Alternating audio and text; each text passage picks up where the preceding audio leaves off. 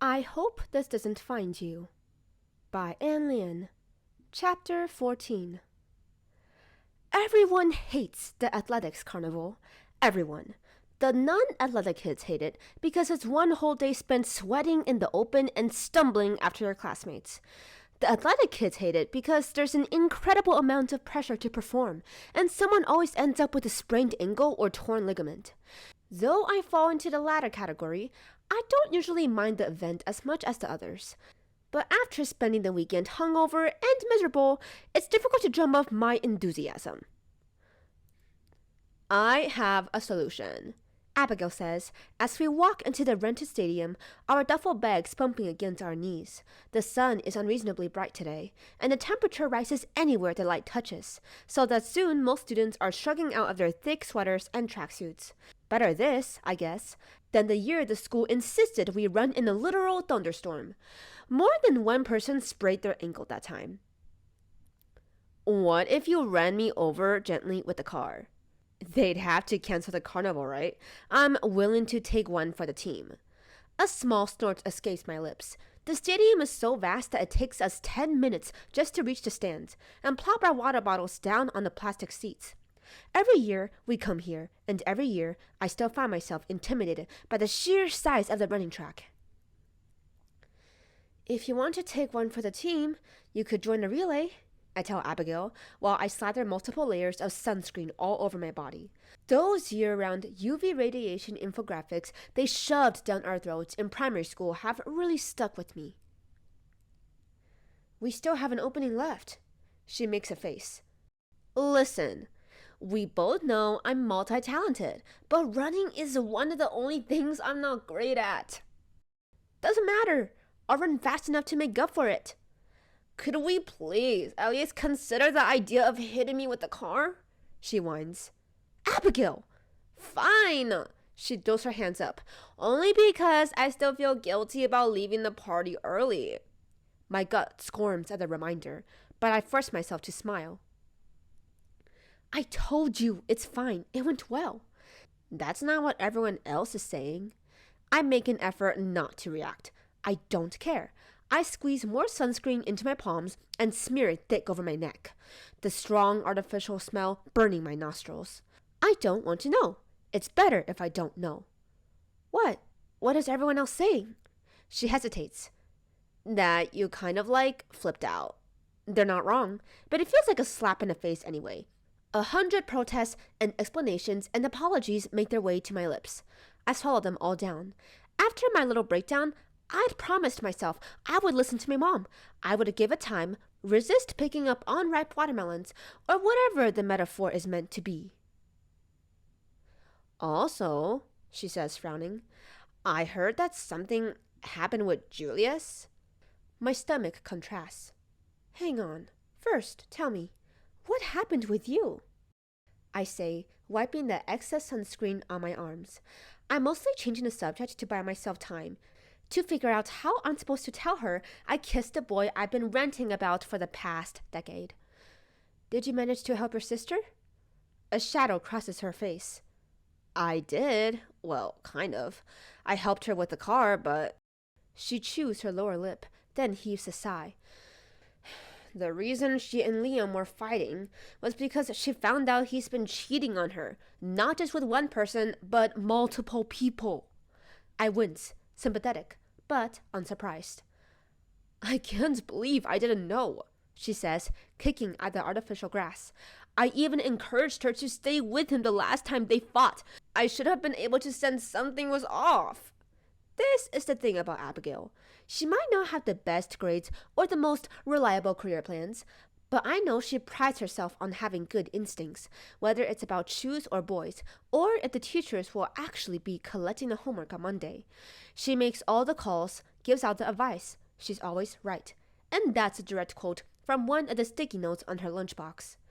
I thought I was doing what was best for her, she continues in a small voice.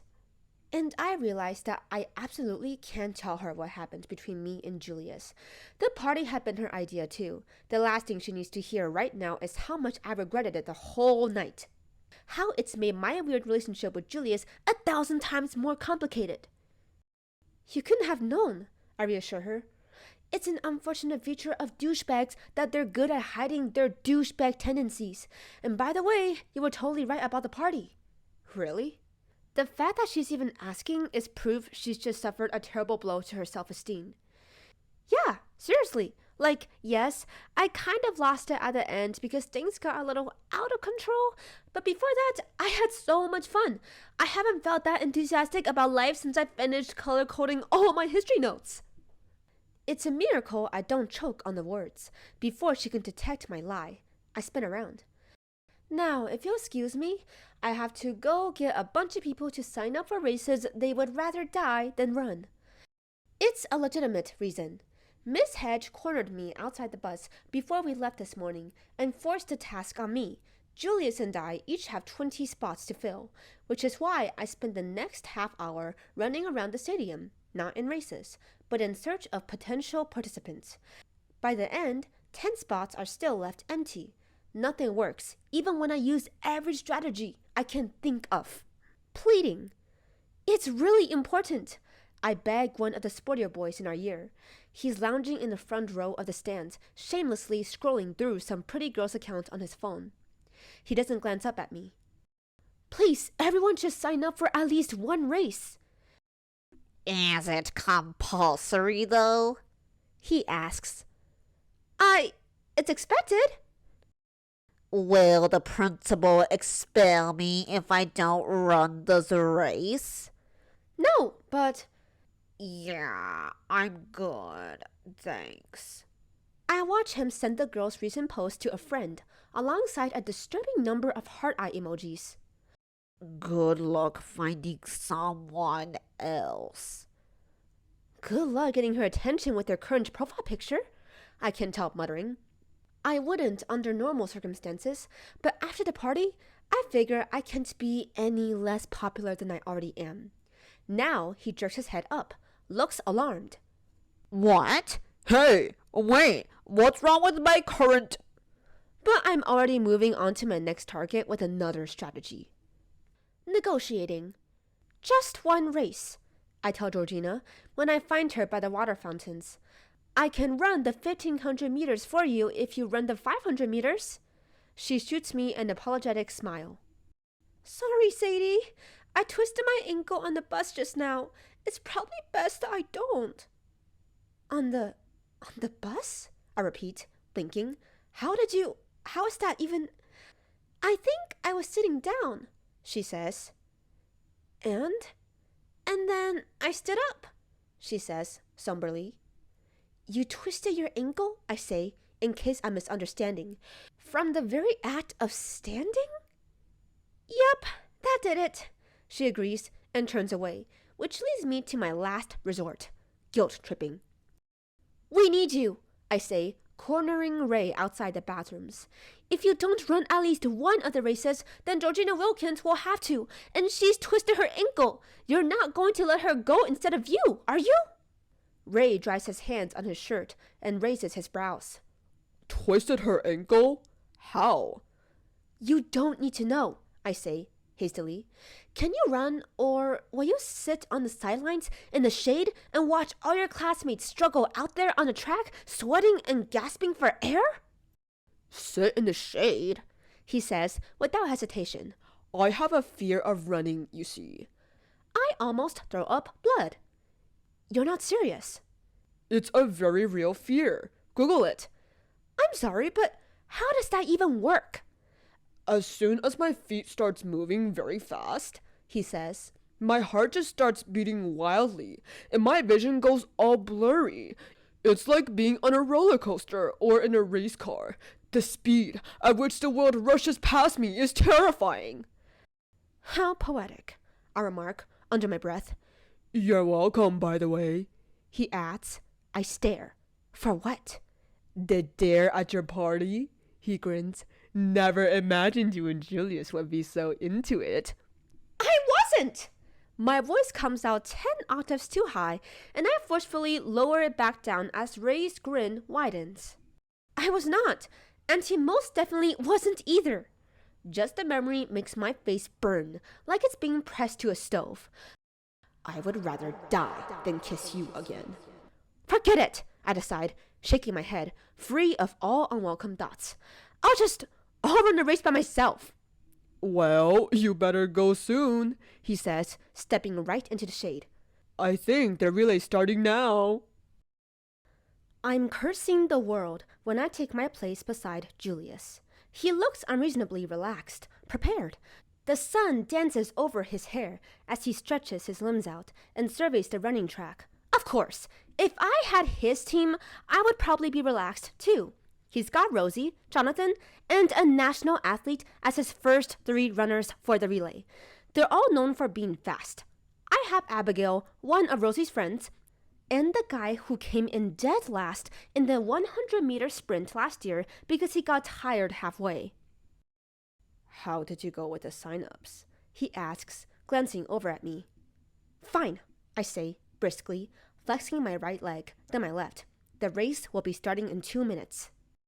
Well, I filled up all the position for my races, he says. It was hardly any trouble getting people to enter. How nice that it worked out for you. He pretends to miss my sarcasm. Aren't you going to wish me good luck? He asks, since we're racing against each other and all. I bounce slightly on the balls of my feet to warm up, waiting for my nerves to morph into adrenaline. Since it's the first race of the day, the relay is always the one everybody pays the most attention to. I need to focus. I need to win this. I need to beat him. Are you going to wish me good luck? He laughs, literally laughs in my face. Now, why would I do that? In the distance, the teacher lifts the starting pistol. All the muscles in my body tense. In that case, I say, staring straight ahead, I hope you break your leg. You're very prickly today, he comments, unfazed. Is it because you couldn't find anyone willing to run? Or is it because of your massive hangover? I stiffen, my focus breaking, and to whirl around to face him. Luckily, all the other runners are already in position, so there's no one around to overhear. Don't tell me you've forgotten how drunk you were, he says, his gaze sharper, assessing. I don't know what you're talking about. Really? He cocks his head. Nothing? No! I'm lying, sort of. The details from Saturday are fuzzy, but I remember the feeling growing inside me when it was just the 2 of us, like there was a burning torch in my chest, heat buzzing through my veins. More potent than the liquor itself. I remember the wanting, the dangerous knife point of desire, the need to do something foolish and reckless with him. Now that I'm completely sober, it's easy to dismiss it, all as pure physical attraction. It makes scientific sense. The alcohol would have helped me ignore the many defects of his personality until all that was left was his geometrically pleasing features, his eyes and his lips and his hands. And from an evolutionary standpoint, isn't it normal to want someone pretty who happens to be your age and who also just happens to be in your house? Isn't it coded in our biology? Then why are you blushing? Julius asks. I twist my head away. Stop it! I know what you're doing. What am I doing? The pistol goes off with a loud bang, and cheers rise from the stands. It's starting. Distracting me, I reply through my teeth, willing myself to focus on the race, on Abigail, a few seconds in, and she's already falling behind Rosie. You wouldn't think that if it wasn't working, Julia says, and I can hear the poisonous smile in his voice.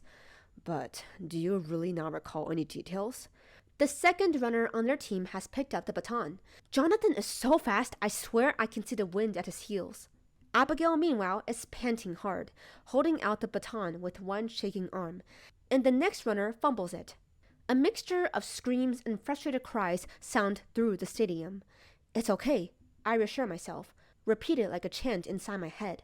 It's okay, it's fine. I'm the last runner for a reason. I can make up for all the lost time.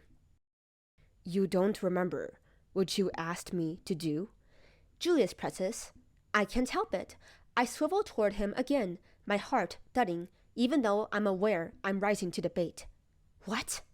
But now he chooses to shut up. Their team has completed their second exchange, and I can only watch. choking on my own frustration, as Julius smoothly accepts the baton and takes off. "Come on," I hiss, tapping my feet. Our runner is still 5 feet away. 4 feet. Julius is racing far ahead, only the back of his head visible from where I stand. 3 feet. I tense my muscles, stretch my hand out. 2 feet. Hurry! I urge under my breath, even though I want to scream it. Julius can't win. He can't. I won't give him that satisfaction. 1 foot. My fingers close over the baton, and I'm running. It takes a moment for me to find my rhythm, but once I do, all the built-up adrenaline floods through my limbs. I run faster than I ever have in my life, my eyes pinned on only one person. Julius, my target, my goal. This is what we do, what we have always done. We chase each other, and circle each other, and catch up to each other. I have to catch up to him now. I force my feet onward, relishing the hard push of the ground beneath me, the blood burning inside me, my hair flying back in the wind. Colors blur past my vision. Noise rushes down to me in waves. I'm running so fast I feel weightless. I feel like I'm falling, my body moving ahead of me. There's no gravity, no friction, nothing except the frantic beat of my heart and the person in my vision. I'm only a few steps behind him now, and I can sense his awareness of me from the way he speeds up. He's breathing hard, his forehead covered in a sheen of sweat. His eyes dart to me. The distance between us widens, then narrows, like a game of tug-of-war. A muscle in my side starts to cramp, but I ignore the pain, lengthen my strides. Cut my hands through the air. It's only a physical competition, but a mental one, a test of willpower, of who wants to win more badly, and I'm so close. We're neck and neck by this point, and the end is just ahead of us. I need to keep going, keep running. He pulls ahead again by an inch, and my vision flashes red. With one final burst of pure, unrestrained energy, I leap forward, the air whipping my face as I break the finish line a split second before he does. I'm beaming, laughing, between great gulps of air. I've won! Victory is always delicious, but it tastes even better when it's Julius I'm beating. We both slow down. The crowd applauds wildly in the background. The claps indistinguishable from the sound of my heartbeat in my ears. 7 points to me. I gloat inside my head, though I realize I can't remember what our scores were before. I haven't been properly keeping count. Most runners double over as soon as the race ends, or collapse dramatically on the ground, the way Abigail is doing now. But of course, Julius is too dignified for that. He merely stands, wipes the sweat from his brow, and turns to me, his lips pursed. "Aren't you going to congratulate me?" I ask, mimicking his smug tone from before. He rolls his eyes. Shameless. "I must have learned it from you," I tell him, my grin widening. He pauses then. His irritation melts away, replaced briefly by a confused, dazed sort of look, like he's just been presented with something unexpected. He stares long enough for me to feel self-conscious. "What?" I try to sound casual. "Are you too stunned by your own defeat?" A scowl quickly reappears on his face. That was only a warm-up for me. "We'll see if that's true in the next race," I tell him, before I walk away to fetch my medal. I can feel him glaring after me. Regrettably, I don't have time to savor his defeat. I don't even have time to sit down or grab a drink of water. There are too many races to run, too many people demanding my attention. I managed to win the next race, but Julius wins the sprint after that, as well as the long jump, which I bitterly attribute to the unfair advantage he has in height. The sun rises higher in the sky, throwing off blinding beams of light. I start to lose count of how far I've run, how far I still have left to go. I just push my body harder, and it's working. I'm invincible. I'm doing so well, I even managed to come first in the 800 meters. Another medal collected, another tick next to my name, another number added to my winning streak. But as I stagger off to the sidelines, a sudden wave of exhaustion crashes over me, and I can't breathe. The realization sends me into a panic. I try to suck in more air, but it's like there's an invisible hand wrapped around my throat, squeezing tighter and tighter. The oxygen gets stuck halfway down, and my lungs are empty. I double over, trembling, clutching at the stitch in my side. The sun is too bright. All my senses are off balance. Everything tilting away at an odd degree. My vision narrows to a white pinprick. I'm still struggling to breathe.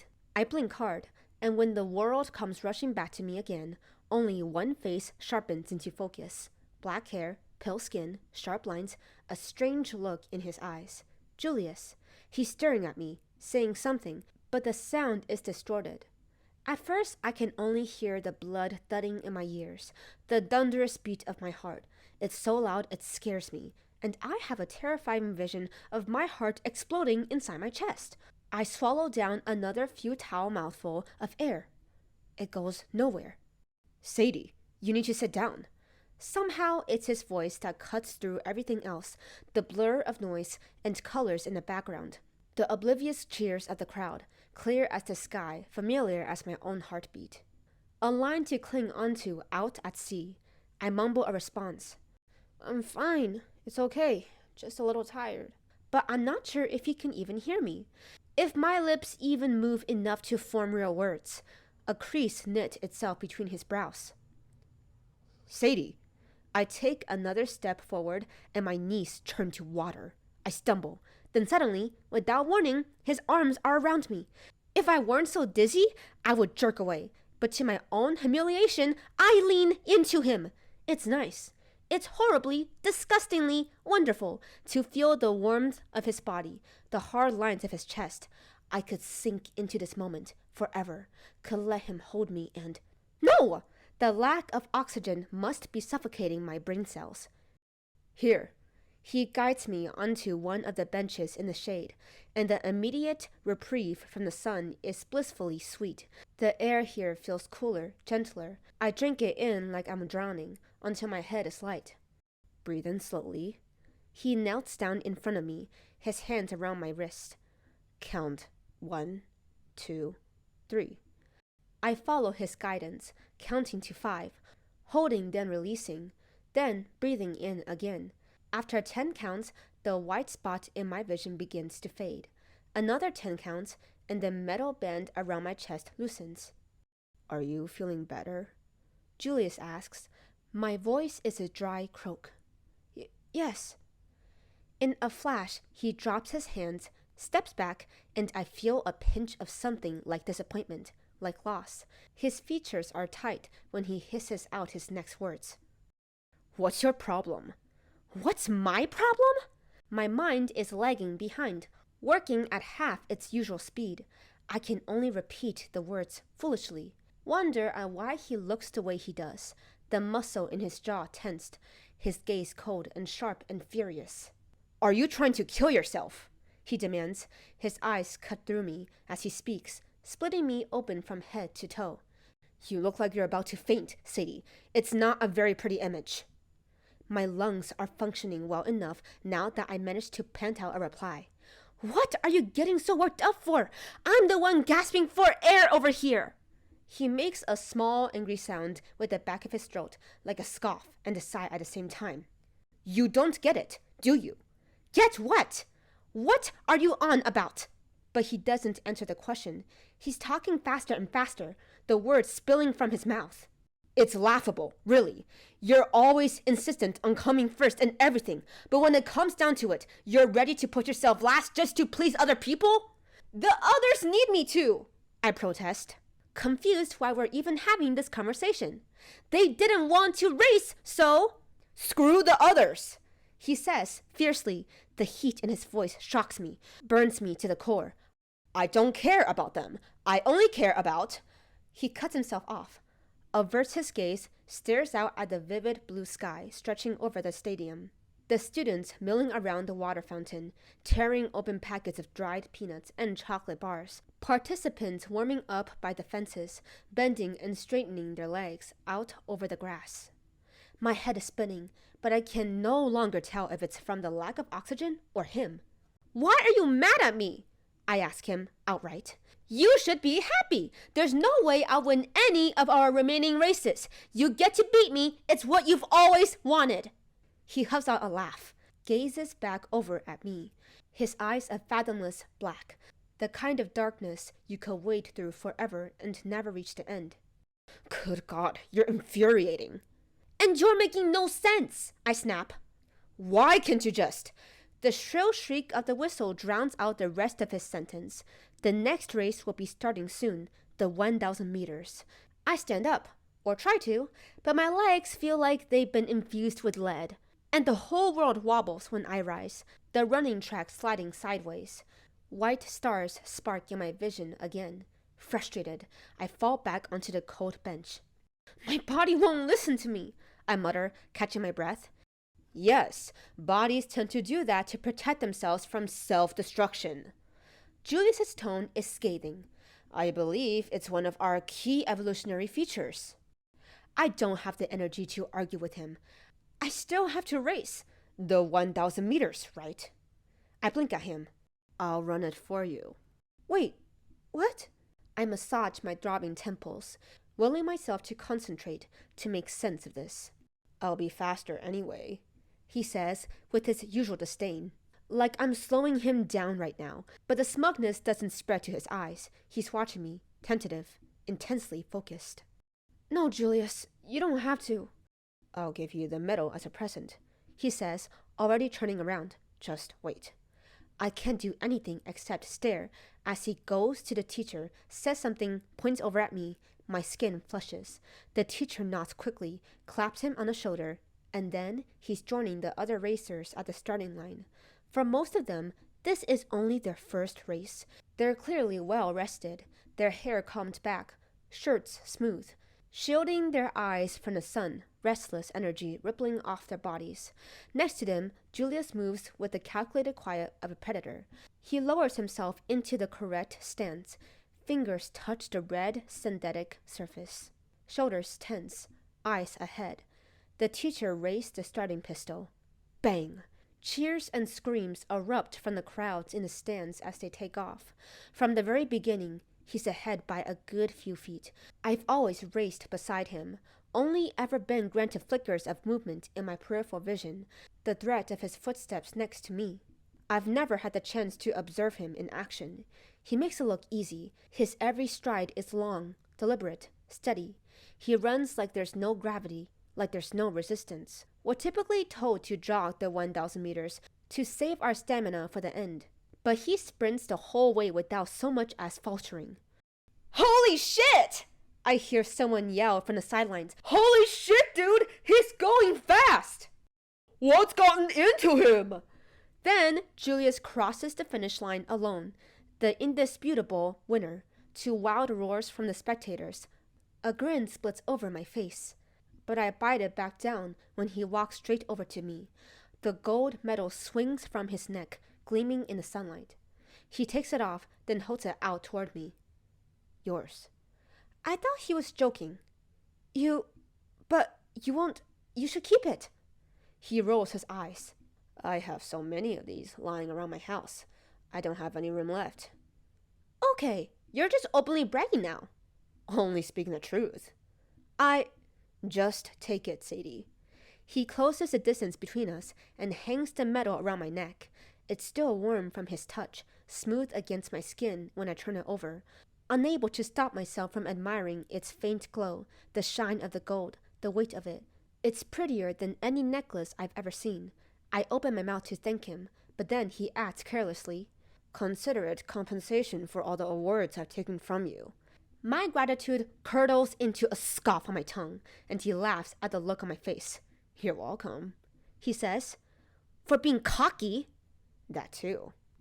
But I brush my thumb over the medal, and even though I can't decide what it really means, a gift, a form of compensation, proof of something, it's somehow one of the best things I've ever received.